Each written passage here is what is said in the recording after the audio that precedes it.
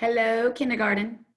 I want you to think about those community members that we've been talking about that protect us. Who are the community members that protect us? Yell them out. I heard police officer. I heard army man. I heard security guard. And I heard firefighters.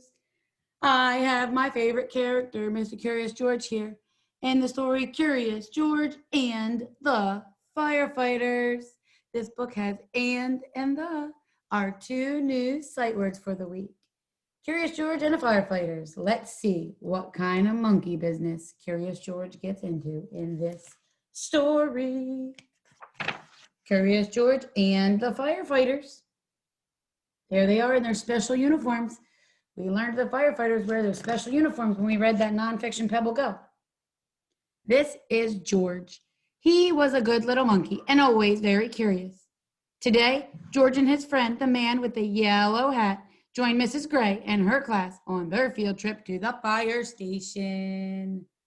Look, boys and girls, it's a class of kindergartners just like you, and they are going on a field trip to the fire station. Maybe when the virus is all over, we could take a field trip to the fire station. The fire chief was waiting for them right next to a big red fire truck.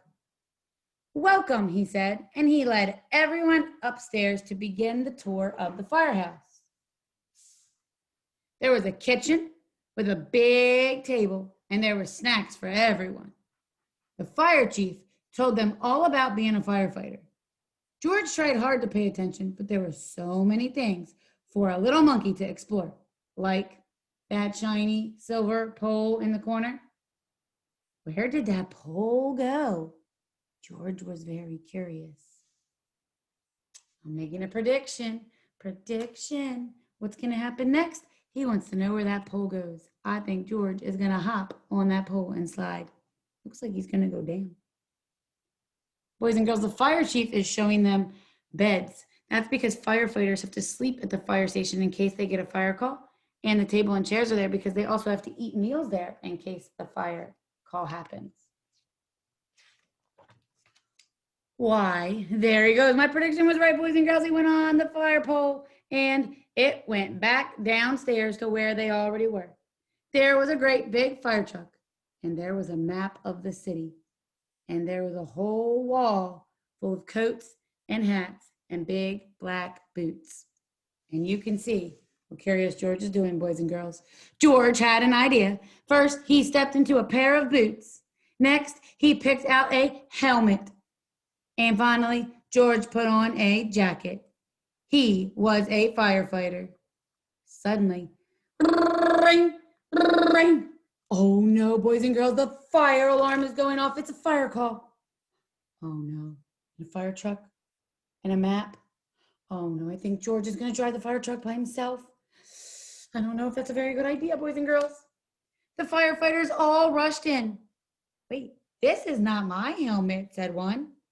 Wait, my boots are too big, said another. Hurry, hurry, called the fire chief. A bright red light on the map of the city lit up and told him just where the fire was. There was no time to waste. They had to get to that place on the map to help save the fire. It didn't matter if their boots were too big or their hats didn't fit. And boys and girls, I bet you know why. That little monkey mixed up all their gear. But that's not stopping those firefighters, those citizens that protect our community. One by one, the firefighters jumped into the fire truck. And so did George. He's leaving all his gear behind. Well, thank goodness, boys and girls. I'm glad he's not going alone. I'm glad he's not trying to drive that truck. The fire truck of all the firefighters sped right out of the firehouse, and so did George. The siren screamed and the lights flashed. Woo, woo, woo. The truck turned right, then it turned left. Woo, woo, woo, went the whistle, and George held on tight. He's holding tight to that tall ladder. And just like that, the fire truck and all the firefighters pulled up to the pizza parlor. The pizza parlor on Main Street. Smoke was coming out of a window in the back, and a crowd was gathering in the street. Thank goodness you're here, cried the cook. Look at the cook. He's feeling very scared, and he's pointing them in the direction of the smoke. The firefighters rushed off the truck and started unwinding their hoses. That's right, they have really long hoses that shoot the powerful water. We learned about that in our nonfiction text last week. They knew just what to do, and George was right there ready to help. He climbed up on the hose reel. It's gonna happen. And one of the firefighters saw George trying to help, and he took George by the arm and led him right out of the way. So the firefighter didn't think George was being very safe on the hose, so he got him down. A fire is no place for a monkey, he said to George. You stay right here where it's safe. George felt terrible. And boys and girls, I think from most of the stories about George, I don't think George is going to stay there. But George sat on the bench and he looked around. Next to him, on the ground, he found a bucket full of baseballs. The baseball fit right in his hand, just like an apple that he had for a snack. I hope he doesn't eat that baseball. It's not an apple. A little girl was watching George. He tried to share and give her a ball, but she was too scared. Yeah, I can see her hiding in her mommy's arms. George took another ball and another. Look, a boy said. Look, it's a juggling monkey. The boy took a ball from the cage and tossed it to George, but it went too high. It's going over his head. George climbed up onto the fire truck to get the ball that went over his head. Now, George had 4 balls to juggle, because 3 plus 1 more would make 4. He threw the balls higher and higher. He juggled his hands. He juggled with his feet. He could do all kinds of tricks. Meanwhile, boys and girls, the firefighters are still working on putting out this fire while George is doing a juggling show on top of the fire truck.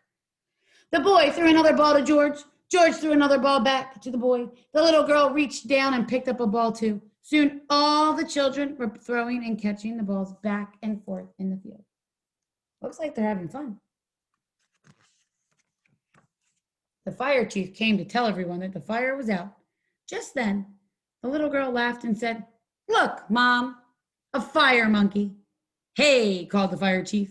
What are you doing up there, George? What a wonderful idea, said the little girl's mother to the fire chief. It's awesome to bring this brave little monkey to help children when they are frightened. Oh, said the fire chief. Well, thank you. So this mom, boys and girls, is happy that they brought George because George distracted all the boys and girls from the fire so that they wouldn't be scared. He started playing catch and throwing and catching the ball. So now they were all feeling okay and distracted from the fire. Before long, the fire truck was back at the firehouse, where a familiar voice called, George! The man in the yellow hat. The little monkey had quite an adventure, said one of the firefighters. Is everyone all right? Said Mrs. Gray. Yes, it was just a small fire, said the fire chief. And George was a big help, making all the children feel safe. Now the field trip was coming to an end. There was one more treat in store. What do you think's gonna happen? All the children got to take a ride around the neighborhood on the big red shiny fire truck, and they each got their very own fire helmet. Even George got his own helmet, and he was just the right size for the brave little monkey's head. Boys and girls, I bet you might have a connection to this page of the story. I bet you might have visited a fire department or a fire station before, or even went to a fair where you got a fire helmet like that.